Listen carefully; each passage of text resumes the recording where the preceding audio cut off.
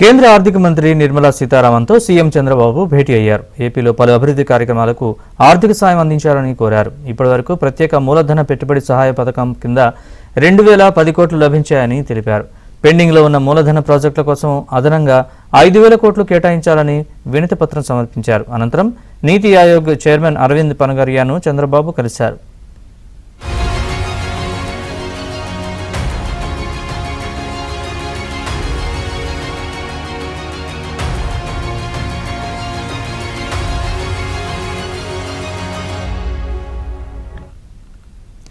NDA కూటమి ఉపరాష్ట్రపతి అభ్యర్థి సిపి రాధాకృష్ణన్ను చంద్రబాబు కలిశారు.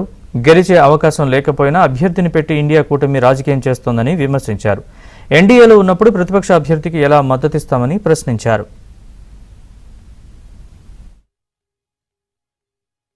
సిపి రాధాకృష్ణ గారికి మద్దతు తెలపడం కాదు, కలిసే క్యాండిడేట్ నిర్ణయించాం. ఎన్డీఏ అభ్యర్థిగా ఆయన పోటీ చేసే సమయంలో పార్లమెంటరీ మెంబర్స్ అందరూ కలిసి ఎంపిక చేశారు. నేను కూడా ఒకసారి కలిసి కర్టసీగా వారికి సపోర్ట్ ఎక్స్టెండ్ చేశాను.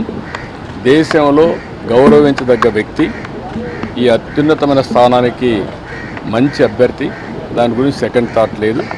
దేశానికి గౌరవం తీసుకొస్తారు, ఆ కుర్చీకి ప్రతిష్ట పెంచుతారు. అలాంటి వ్యక్తికి మద్దతు ఇవ్వడం చాలా ఆనందం, చాలా సంతోషం. ఇక్కడ రాజకీయాలు కాదు ముఖ్యం. తెలుగుదేశం పార్టీ ఎలక్షన్ ముందు నుంచి కోయలేషన్లో ఉన్నాం, ఎన్డీఏలో ఉన్నాం. ఒకసారి ఎన్డీఏ అభ్యర్థి పెట్టిన తర్వాత ఓడిపోతామని తెలిసి మళ్ళీ అభ్యర్థులు పెట్టేందుకు, అది గుర్తుపెట్టుకోవాల్సిన అవసరం ఉంది. తెలుగువాడన్నప్పుడు గెలిచే అభ్యర్థిని పెట్టుకోవాల్సిన బాధ్యత అదర్ పొలిటికల్ పార్టీస్కి ఉంటుంది. ఏది ఏమైనా ఒకసారి తెలుగు వాళ్ళ కోసం పివి నరసింహారావు గారు ప్రధానమంత్రిగా ఉండి ఆ రోజుట్లో మీరు ఒక్కసారి చూస్తే తెలుగుదేశం పార్టీ కాంగ్రెస్ పోరాడుతున్న తెలుగువాడి కోసం ఆ రోజు త్యాగం చేశాం, సపోర్ట్ చేశాం.